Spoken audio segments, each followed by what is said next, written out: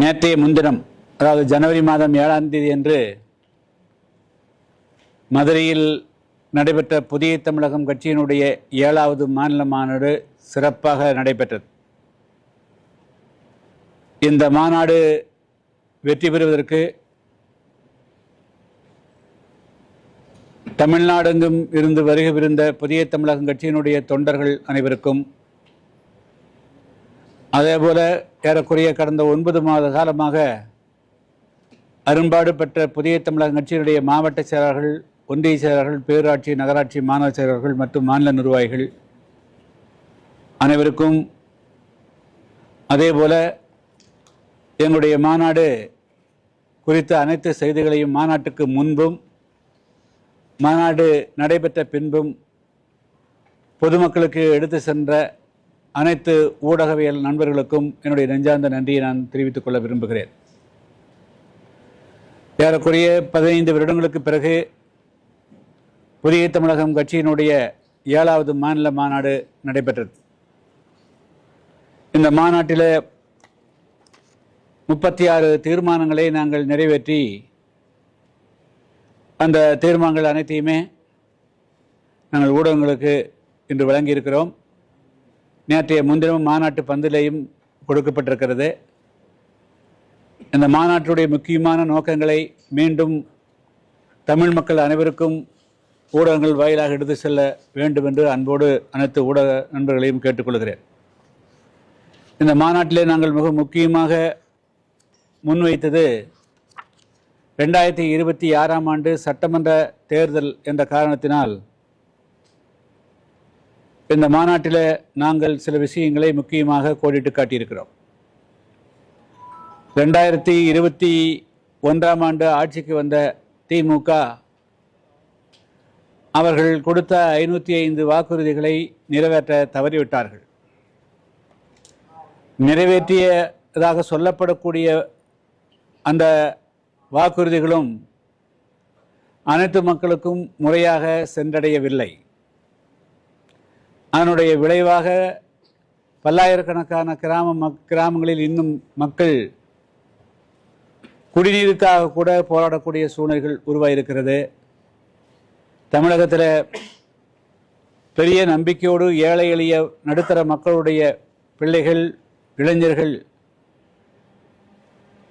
எண்ணற்றோர் பள்ளி மற்றும் கல்லூரிகள் படித்து வரக்கூடியவர்களுக்கு வேலை வாய்ப்புகளே கிடைக்காத ஒரு நிலைமையும், பெரிய அளவிற்கு கிராமத்தை நோக்கி தொழிற்சாலைகள் எதுவும் வரவில்லை. எனவே ஒட்டுமொத்தமாக இன்று ஆட்சியக்கூடிய அரசு, அதாவது திமுக அரசு, அனைத்து மட்டங்களிலும் இது தோல்வியுற்றுவிட்டது. எனவே தமிழகத்தில் 2026ஆம் ஆண்டு நடைபெறக்கூடிய சட்டமன்ற தேர்தலில் அனைத்து மக்களுடைய அபிலாசைகளை பூர்த்தி செய்யக்கூடிய அரசு உருவாக வேண்டும் என்பதுதான் புதிய தமிழகம் கட்சியினுடைய 7வது மாநில மாநாட்டினுடைய மிக முக்கியமான நோக்கம். அதில் நாங்கள் இந்த மாநாடு நிறைவாக மிக முக்கியமாக இந்த மாநாடு மிக பெரிய அளவுக்கு வெற்றிகரமாக அமைந்த காரணத்தினால், அதுவும் குறிப்பாக எங்களுடைய புதிய தமிழகம் கட்சி தென் தமிழகத்தில் மிக பெரும்பான்மையாக இருக்கக்கூடிய தேவேந்திர குல வேளாளர்களை அவர்களை அடித்தளமாக வைத்து தான் அந்த கட்சி அதிகமாக இயங்கிக்கிட்டு இருக்கிறது. அனைத்து மக்களுக்கும் உடைய குரலாக இருந்தாலும் கூட இந்த மக்கள் மிகப்பெரிய தளமாக இருக்கிறார்கள். இந்த புதிய தமிழகம் கட்சி ஏறக்குறைய 20-25 மாவட்டங்களில் மிகப்பெரிய அளவுக்கு ஒரு தீர்மானிக்கக்கூடிய சக்தியாக இருக்கும் என்பது இந்த மாநாட்டினுடைய வெளிப்பாடு ஆகும். எனவே புதிய தமிழகம் கட்சி இந்த தேர்தலில் ஒரு ஆட்சி மாற்றத்தை உருவாக்குவதற்கான ஒரு உந்து சக்தியாக இருக்கும் என்பதில் எந்த விதமான மாற்றமும் இல்லை. புதிய தமிழகம் கட்சியினுடைய மாவட்ட நிர்வாகிகளுக்கு நன்றி அறிவிக்கூடிய கூட்டம், அதே போல இன்று அனைத்து மாவட்ட நிர்வாகிகளுடைய ஆலோசனை கூட்டமும் இன்று மதியம் 1 மணியிலிருந்து நடைபெற்றது. எல்லோருமே கடுமையாக கள அளவில் தேர்தல் பணியை இன்றிலிருந்து துவக்குவதற்கு அவர்களுக்கு நாங்கள் ஆலோசனை சொல்லியிருக்கிறோம். ஆக்சுவலாக உண்மையில் 7ஆம் தேதியே மாநில ஒட்டியே தேர்தலுக்கான பணிகளும் அது துவங்கிவிட்டது. நிச்சயமாக புதிய தமிழகம் கட்சி இந்த தேர்தலில் ஒரு மிகப்பெரிய ஒரு மாற்றத்தை உருவாக்கக்கூடிய உந்து சக்தியாக இருக்கும். கேட்கலாம். மாநாட்டில் நீங்கள் நிறைய விஷயம் பேசியிருந்தீங்க. குறிப்பாக திமுக வீட்டுக்கு அனுப்பணும் அப்படின்னு சொல்லியிருந்தீங்க.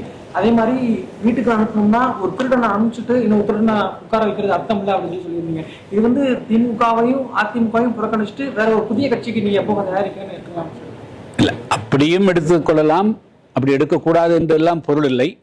ஆனால் வந்து ஒரு ஆட்சி மாற்றம் ஏற்படுகின்ற பொழுது கடந்த ஒரு 30, 40, 50, 1967க்கு பிறகு இந்த கட்சிக்கு மாற்று அந்த கட்சி என்று இல்லாமல் நாங்கள் சொல்லக்கூடிய கூட்டணி தத்துவம், அதாவது வந்து இனிமேல் தமிழகத்தில் வந்து ஒற்றை கட்சி ஆட்சி முறைக்கு ஒரு முற்றுப்புள்ளி வைக்கணும்.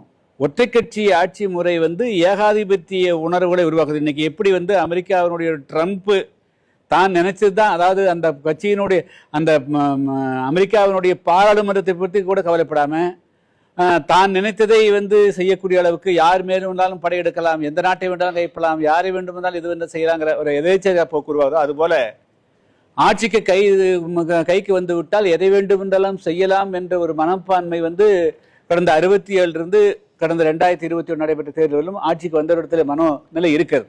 அதனால்தான் வந்து தமிழ்நாட்டுடைய மக்களுடைய எந்த பிரச்சனையும் முடியல. அதனால வந்து நான் சொல்லுவது 2 இடத்து உண்டு. புதிதாக வரக்கூடிய சக்திக்கும் அதையும் வந்து நான் புறந்தள்ள முடியாது. அதே சமயத்தில் மிக முக்கியமாக நோக்கம் வந்து தமிழ்நாட்டில், அதாவது கூட்டணி ஆட்சியில், ஆட்சியிலும் அதிகாரத்திலும் அந்த கூட்டணியில் பங்கு பெறக்கூடிய அனைத்து அமைப்புகளுக்கும் வந்து எப்படி வந்து அண்டை மாநிலமான கேரளாவில் ஒரு சிறிய ஒரு குரூப் இருந்தாலும் கூட அவர்களுக்கு ஒரு பங்கு கொடுத்துருவாங்க. அவங்க வந்து ஒரு 10 MLA 5 MLA இருந்தாலும் கூட அவங்களுக்கு ஆட்சியில் பங்கு கொடுத்துருவாங்க. அதன் மூலமாக அந்த கேரளாவில பெரிய அளவுக்கு ஊழலோ குற்றச்சாட்டுகளோ எழறதில்லை. அதனால தமிழ்நாட்டு மக்களுக்கு வந்து மீண்டும் மீண்டும் இந்த கட்சி இல்லைன்னா அந்த கட்சி என்ற அந்த நிலையிலிருந்து தமிழ்நாட்டில் எந்த விதமான ஊழலுமே நடைபெறாமல் தடுக்கணும். தமிழ்நாட்டுக்குள்ள ஏழை எளிய மக்கள் வந்து வாழ்வு பெறணும்னு சொன்னால் முதல்ல இந்த கூட்டணி ஆட்சிங்கிறது தான் மிக முக்கியமாக. அதுதான் நான் சொல்லக்கூடிய கருத்தினுடைய மிக முக்கியமான நோக்கம். ஆமா, இன்று வரையில் அவர் தான் சொல்லிட்டு இருக்காரு. அதனால வந்து அவருடைய கருத்து எப்படி வலுப்பட போகுது அப்படிங்கிறத பொறுத்திருந்து பார்க்கணுங்க. நாட்கள் நெருங்கிட்டு இருக்குது. அவர் அதே கருத்தில் இருக்கிறாரா, அவரை நோக்கி யாரெல்லாம் செல்லுகிறார்கள், அவர் வந்து இது அடுத்த கட்டம் எப்படி நகருங்கிறது இன்னும் ஒரு சில நாட்கள்ல தெரியும். மாநாட வெற்றிகரமா முடிச்சிட்டீங்க. சரிங்க. வந்து பாமக ஆல்ரெடி வந்து இந்திய அலையன்ஸ்ல சேர்ந்துட்டாங்க. தேமுதிக இன்னைக்கு அறிவிக்க போறாங்க. சோ தேர்தல் நெருங்கி வருது. புதிய தமிழகத்தோட நிலைப்பாடு இல்லைங்க. பாமக வந்து ஏற்கனவே அவங்க என்டிஏவில் தான் இருக்கிறாங்க. அவங்க ஒன்றும் புதுசாக ஒன்றும் வரல. 2024ஆம் ஆண்டு நடைபெற்ற நாடாளுமன்ற தேர்தலில் பிஜேபி பாமக எல்லாம் ஒன்றா தான் இருந்தாங்க. அதனால் வந்து அது போய் பிஜேபி அவங்க சேர்றது வந்து ஒரு புதிய விஷயம் இல்லை. தேமுதிகவும் வந்து அதிமுகவோடு தான் இருந்தாங்க. ஸோ அவர்களும் வந்து என்ன முடிவெடுப்பாங்கன்னு தெரியல. அது வந்து நம்ம இன்னைக்கு தான் தெரியும். புதிய தமிழகம் கட்சியை பொறுத்த மட்டிலும் நாங்கள் வந்து 2024 நாடாளுமன்ற தேர்தலில் அதிமுக தலைமையில் இருந்த கூட்டணியில் தான் நாங்கள் இருந்தோம். அது ஒன்றும் மாற்று கருத்து இல்லை. ஆனால் எங்களுடைய இப்பொழுது நிலைப்பாடு வந்து இனிமேல் வந்து ஒற்றை கட்சி, நாங்கள் தான் முதலமைச்சராக இருப்போம், நீங்கள்லாம் ஓட்டு போடுங்க, எங்களை தூக்கி போடுங்க, பல்லக்கு தூக்குங்க அப்படிங்கிறதுக்கு புதிய தமிழகம் கட்சியில் உடன்பாடு கிடையாது. அதான் வந்து எங்களுடைய இது வந்து இந்த தேர்தலில் வெளிப்படையாக குறைந்த, அதாவது மினிமம் காமன் ப்ரோக்ராம், குறைந்தபட்ச திட்டத்தை வந்து நாங்கள் வந்து மதுவிலக்கு பூரணமாக கொண்டு வருவோம். தமிழ்நாட்டில் மதுவிலக்கு, இனிமேல் மது இருக்காது, கனிவள கொலை நடக்காது, ஊழல் நடைபெறாது, தமிழ்நாடு அனைத்து மக்களுக்கான அனைத்து சமுதாய மக்களையும் உள்வாங்கக்கூடிய ஆட்சியாக இருக்கும் அப்படிங்கிறத வெளிப்படையாக சொல்லணுமே தவிர, அப்படி யார் சொல்கிறாங்கிறத இன்னும் ஒரு நாள் 2 நாளில் பார்ப்போம். ஆனால் யார்கிட்டையும் நாங்கள் பகையல். அதிமுகவில் இருக்கக்கூடிய நண்பர்களும் என்னோட தொடர்பு தாக்குறாங்க. கடந்த ஒரு 15 தினங்களுக்கு முன்பும் கூட விஜய் கட்சியிலிருந்து மிக முக்கியமான நபர்கள் என்னை தொடர்பு கொண்டார்கள். ஆனால் வந்து ஜனவரி 7ஆம் தேதிக்கு பிறகுதான் வந்து எங்கள் புதிய தமிழகம் கட்சியின் நிலைப்பாடை அறிவிப்போமே தவிர அதுக்கு முன்பு அறிவிக்க மாட்டோம் என்று தெளிவுபடுத்திக்கிறேன். நான் இதுதான் இப்படிதான் சொல்லிக்கிறேன். அதாவது வந்து எங்களது வந்து ரொம்ப ஃப்ராங்கா ஓப்பனாக ரகசியமே இல்லை. நம்பர் 1, நாங்கள் கூட்டணியில் இடம் பெற்றோம்னா எங்களுடைய வாக்குகளை மட்டும் அவங்க வாங்கிட்டு எங்களை பல காலங்களில் அவர்கள் வந்து கண்டுக்காமல் கள அளவு தோற்கடிச்சிருக்காங்க. 2014 திமுக கூட நாங்கள் போனப்போ திமுக வரும் எங்களை வந்து தோற்கடிச்சாங்க பார்லிமெண்ட்டில். 2016 ஓட்டப்படாரத்தில் நான் குறைஞ்சது 25,000 30,000 வாக்குகள் வித்தியாசத்தில் நான் வெற்றி பெற்றுக்கூட அந்த பணியாற்றுறதுக்காக. ஆனால் அவங்க வந்து ஒருத்தர் கூட ஒரு திமுக கூட எங்களுக்கு வந்து ஒர்க் பண்ண வரல. அதனால தான் நான் வந்து 430 வாக்குகள் வித்தியாசத்தில் வெற்றி வாய்ப்பை இழந்தேன். அதே போல் 2026 நாடாளுமன்ற தேர்தலையும் அவங்கெல்லாம் வந்து ஒர்க் பண்ணாங்களான்னு சொல்ல முடியல.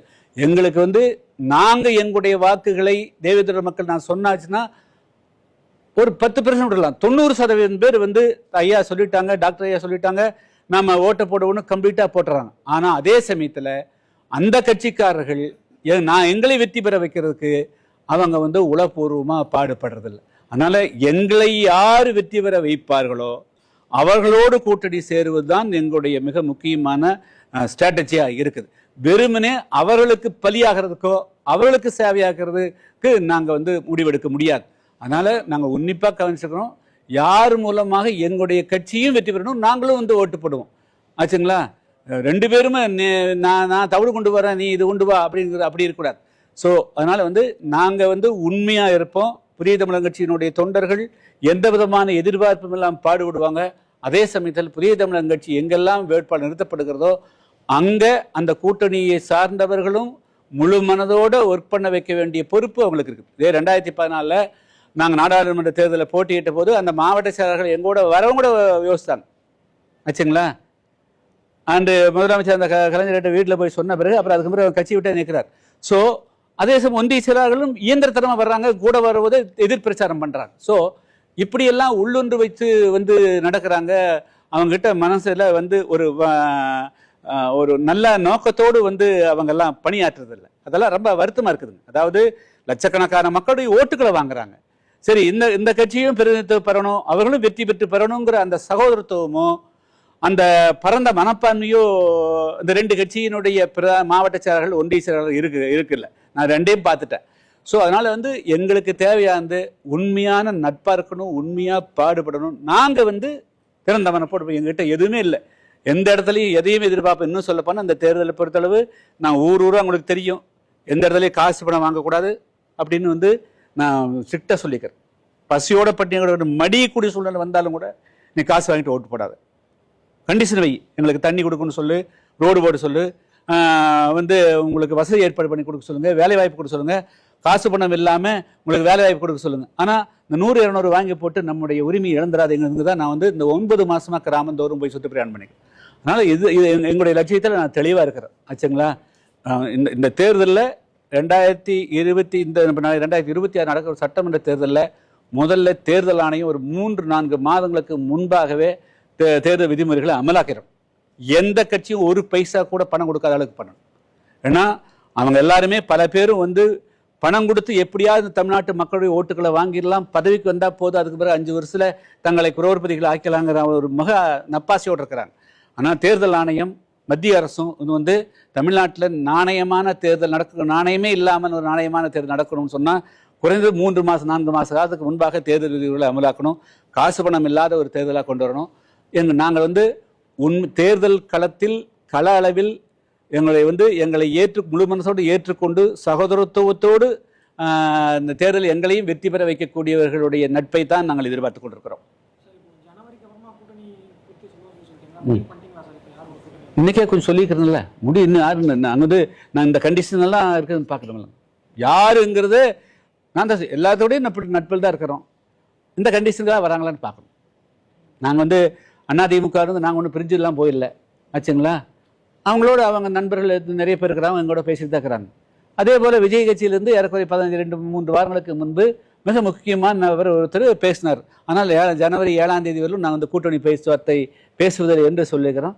இன்னும் நாளடைவு அவங்க யாரெல்லாம் தொடர்பு வைக்கிறாங்க எல்லாவற்றையும் ஆய்வு செய்து எல்லாவற்றையுமே எங்களுடைய நிர்வாகிகள் இருக்கிறாங்க, அப்பப்போ நாங்கள் டிஸ்கஸ் பண்ணி அடுத்த கட்டத்துக்கு போவோம். ஆனால் கூட்டணி தான் வந்து நிச்சயமாக கூட்டணி தான் நாங்கள் பங்கேற்கக்கூடிய கூட்டணி தான் தமிழ்நாட்டில் வெல்லப்போகுது. நாங்கள் ஒரு மிகப்பெரிய ஒரு திருப்பு முனையை உருவாக்குவோம். நான் தான் சொல்லிட்டேன், அதுதான் எங்களுடைய கொள்கை. முக்கியமாக வந்து ஏன்னா வெறுமனே சட்டமன்ற உறுப்பினர் ஆகிறதுனால தமிழ்நாட்டு மக்களுக்கு எந்த விதமான நன்மையும் செய்ய முடியல. என்ன செய்கிறாங்க, தேர்தல் முடிஞ்சோடனே எப்படியாவது அந்த கூட்டணி பங்கு பெறக்கூடிய கட்சியை ஏதாவது கோபமூட்டி வெட்டி விடணும்னு தான் பார்க்குறாங்க.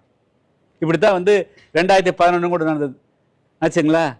ஸோ அதுக்கு பிறகு அந்த கட்சியோடு நெருக்கமோ அந்த ஆட்சிகிட்ட எதுவுமே காரியம் சாதிக்க முடியாமல் போயிருது. அப்போ பிரயோஜனமே இல்லை. இதே நேரம் தான் 2000 இன்னும் சொல்கிறேன் ஓப்பனாக சொல்கிறேன், விஜயகாந்த் வந்தாங்க, அவங்கள இம்மீடியட்டாக கோவப்படுத்தி அவரை ரியாக்ஷன் பண்ணி வச்சு அதோட முடிஞ்சு போச்சு. அப்போது பிரயோஜனம் இல்லை. எதுக்கு கூட்டணி போட்டோம், எதுக்கு ஜெயிச்சு வந்தோங்கிறது அர்த்தமே இல்லாமல் போயிருது.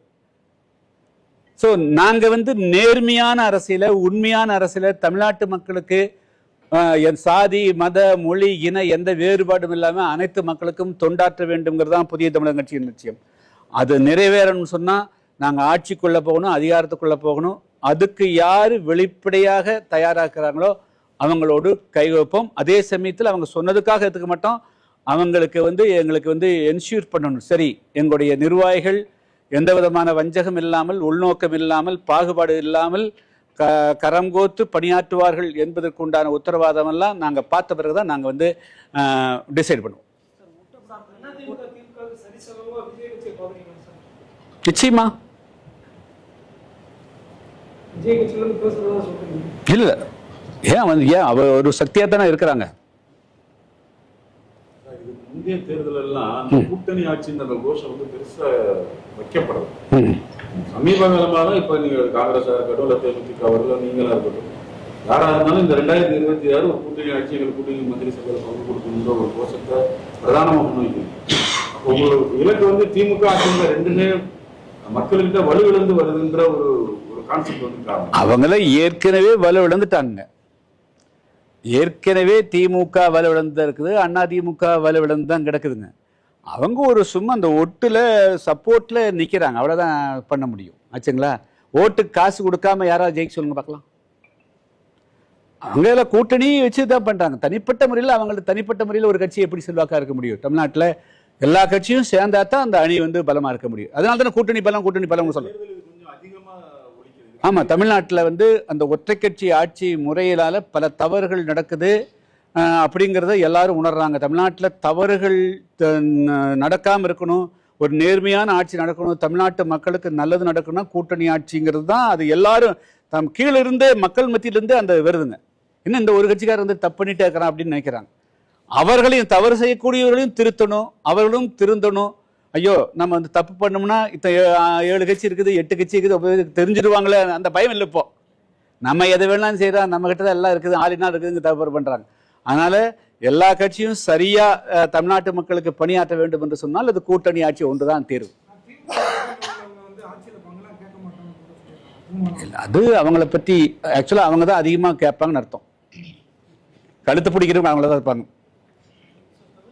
நாங்க நேர்மையா பேசுறோம், ஆனா கழுத்து பிடிக்கிறவங்க அவங்க தான் இருப்பாங்க. தோல் மேல உட்காந்து காதை கடிக்கிறவங்க அவங்களை பத்தி நம்ப முடியுமா?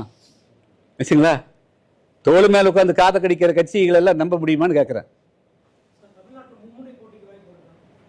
இல்ல அது எத்தனை முனிலாம் தெரியலீங்க. நாங்க ஒரு வலுவான கூட்டணியை அமைப்பதற்கு புதிய தமிழகம் கட்சி முயற்சி செய்யும், வலுவான கூட்டணியில பங்கு பெறுவோம்.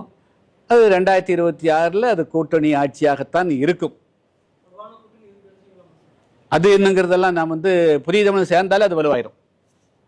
விஜய் மட்டும்தான் அந்த ஆட்சியில பங்கு அதிகாரத்துல பங்குன்றத முதல்ல இருந்தே சொல்லிட்டு இருக்காரு. இப்ப திருமாவளவன் போன்றவர் என்ன சொல்றாங்கன்னா, அவர் பால்வாடி பையன், அவருக்கு ஆஃபர் கொடுக்குறாரா அப்படின்ற மாதிரிலாம் விமர்சனம் நம்ம நேற்று கூட பேசியிருக்காரு. அதெல்லாம் நீங்க எப்படி பாக்குறீங்க? இப்ப நீங்களும் திரும்ப அதே டிமாண்ட் தான் இருக்கீங்க, ஆப்போசிட்டா இருக்கு நீங்க சொல்றதும் அவங்க சொல்றதும். விஜய் இப்ப அவர் தான் ஆரம்பத்துல இருந்தே சொல்லிட்டு இருக்காரு, இந்த மாதிரி ஆட்சியில பங்கு அதிகாரத்துல பங்குன்ற ஸ்டாண்டை வச்சுக்கிட்டே இருக்காரு. ஆனா அது திருமாவளவன் போன்றவர் குச்சைப்படுத்துற மாதிரி விமர்சனம் பண்ணிக்கிட்டே இருக்காங்க. அவர் பால்வாடி பையனா ஆஃபரா தர்றாரு அப்படின்ற மாதிரி. அதை எப்படி பாக்குறீங்க? அதுக்கு அது பயிர் சொல்ல வேண்டாம். பாரதிய ஜனதா கட்சி தமிழ்நாட்டுல கொஞ்சம் பவர்ஃபுல்லான பிறகுதான் நீங்கள் திருமாவளவன் ஒரே ஸ்டேஜில் ஏற முடியாத ஒரு சூழல் இருக்குன்னு சொல்லி திருமாவளவன் ஒரு கூட்டத்துல பேசுறீங்க. யதார்த்த கிழமை அப்படிதான் இருக்கா? நான் அப்படி எல்லாம் பார்க்கல, அதாவது தெரியல பிடிக்கின்ற முயற்சிகளாக ஈடுபடுறாங்க மாதிரி அவருடைய விமர்சனம். ஒடுக்கப்பட்ட மக்களுக்கு ஒன்றா இணைந்து போராட முடியல தலைவர்கள். சட்டமன்றத்தில் 3% உள்ளுக்கு போராடுறதுக்கு யார் தடையா இருக்கிறாங்க? 2010 தமிழ்நாட்டில் அன்றைய முதல்வர் இருந்த கலைஞர் அவருடைய தலைமையில் அனைத்து கட்சி கூட்டம் நடைபெற்றது. நான் வந்து 3% உள் இடஒதுக்கீடு கொடுத்துக்குங்க, ஆனால் அதே சமயத்தில் மற்றவர்களுக்கு பாதிப்பில்லாதவர்களுக்குன்னு சொன்னோம். அன்னைக்கு வந்து ஒத்து உதுந்து ஜால்ரா அடிச்சது, காட்டி கொடுத்தது, துரோகம் அளிச்சது யாரு? இன்னைக்கு வரலும் சுப்ரீம் கோர்ட்டில் உள் இடஒதுக்கீடு கொடுத்துக்கலாம், அதே சமயத்தில் அவங்களுக்கு வந்து எக்ஸ்டெண்டடாக வந்து ப்ரிஃபரன்ஸ் கொடுக்கக்கூடாதுன்னு தீர்ப்பு கொடுத்த பிறகு கூட தமிழ்நாடு அரசாங்கம் அதை வந்து செய்ய மறுக்குது. 4 சட்டமன்ற உறுப்பினர் வச்சுக்கிறீங்க, 2 நாடாளுமன்ற உறுப்பினர்களே, என்னைக்காவது நீ சட்டமன்றத்தில் பேசுனது உண்டா, நாடாளுமன்றத்தில் பேசுனது உண்டா? பச்சை துரோகம் தமிழ் சமுதாயத்துக்கு அவங்க பிறந்த சாதிக்கு பண்ணிட்டு சும்மா வாய் இருக்குங்கிறதெல்லாம் கண்டதெல்லாம் பேசக்கூடாது. ஒட்டப்பிடாரத்தில் நீங்கள் கூட்டிகிட்ட போது அதிமுக மாவட்ட செயலாளர்கள் எங்களுக்கு ஒத்துழைக்கல, அதனால தான் வெற்றி பெற முடியும்னு சொல்லியிருந்தீங்க. இந்த திமுக 2016 இல்லை, இப்போ வந்து இந்த ஒற்றை ஆட்சி அப்படிங்கிற ஒரு முறையை முடிக்கணும், முற்றுப்புள்ளி வைக்கணும், ஒற்றை கட்சி அப்படிங்கிற முறையை முற்றுப்புள்ளி வைக்கணும்னு சொல்றீங்க. இப்போ திமுகவுடையும் அதிமுகவுடையும் திரும்ப கூட்டணி சேர்ந்தா உங்களை ஜெயிக்க வைப்பாங்க அப்படிங்கிற ஒரு நம்பிக்கை உங்களுக்கு இருக்கா சார்? இல்லை, இப்போ வந்து நாங்கள் 1996 இருந்ததை விட இன்னைக்கு வந்து 2026 புதிய தமிழகம் கட்சி ஏறக்குறைய 20 மாவட்டங்களில் மிகப்பெரிய வலுவாக இருக்குது. இன்னைக்கு தமிழ்நாடு எந்த கிராமத்துக்குள்ளே போனால் கொத்து கொத்தா ஓட்டு பெறக்கூடிய அணக்கூடிய ஒரே கட்சி புதிய தமிழகம். அதனால் புதிய தமிழகத்தை விட்டுட்டு தமிழ்நாட்டில் தென் தமிழகத்தில் 20 மாவட்டங்களில் யாராலும் வந்து அரசியல் செய்ய முடியாது, தேர்தல் களத்துக்கு வர முடியாது. அதனால் ஆயிரக்கணக்கான கிராமங்களில் புதிய தமிழகம் மிகப்பெரிய செல்வாக்கோடு இருக்குது. அதனால் நாங்கள் தான் தீர்மானிக்கூடிய சக்தியாக இருப்போம். மாநாட்டோட உங்களுடைய பணிகள் இப்போ நிறைய பெற போகிறது, ஏன்னா எலெக்ஷன் டைம் ரொம்ப ஷார்ட்டாக தானே இருக்கு. எப்படி பிளான் பண்ண போறீங்க? ஏன்னா அடுத்த கூட்டணி பேசணும், அப்புறம் போகணும். இல்லை, அதான் வந்து நாங்கள் வெளியே கொடுத்துருவோம். மாவட்ட செயலாளர்கள், ஒன்றிய செயலாளர்கள் இன்றிலிருந்தே வந்து தங்களுடைய பணியை வந்து தேர்தல் பணியை துவக்கி இருக்கிறாங்க. நாங்கள் வந்து கூட்டணிக்கு உண்டான பேச்சுவார்த்தைகள் மற்றதை வந்து அந்த பணியும் சைமல்டேனியஸாக நடக்குது. எங்களுக்கு வந்து மாநாடு தனிச்சு பிரிக்கிறது, மாநாடு தேர்தல் பணி 2 ஒன்றா தான் பார்க்குறேன். எங்களுடைய பணி நான் இப்போ டைரக்ஷன் கொடுத்துக்கிறது, பொங்கல் தினம் 15ஆம் தேதியிலிருந்து எல்லா கிராமங்களும் ஒரு நாளைக்கு 15-20 கிராமங்கள் போகணும், கொடியேற்றணும், மக்களோடு இந்த டெம்போ, இந்த மாநாடு கிடைத்த மிகப்பெரிய வெற்றி, மக்கள் செல்வாக்கு, அது துளியும் கூட குறையாமல் கொண்டு போயிட்டு இருக்கணும் டைரக்ஷன் கொடுக்குது. நான் என்னுடைய சுற்றுப்பிரயாணம் எப்பவுமே உண்டுங்க. நானும் வந்து சுற்றுப்பிரயாணம் வந்து தொடர்ச்சி 22ஆம் தேதிக்கு பிறகு நான் மீண்டும் எல்லா கிராமங்களுக்கும் நான் போவேன். அனைவருக்கும், நம்முடைய பத்திரிகை நண்பர்களுக்கும் தமிழ்நாட்டு மக்களுக்கும் அனைவருக்கும் வந்து இனிய பொங்கல் தின நல்வாழ்த்துக்களை தெரிவித்துக் கொள்கிறேன். நன்றி, வணக்கம்.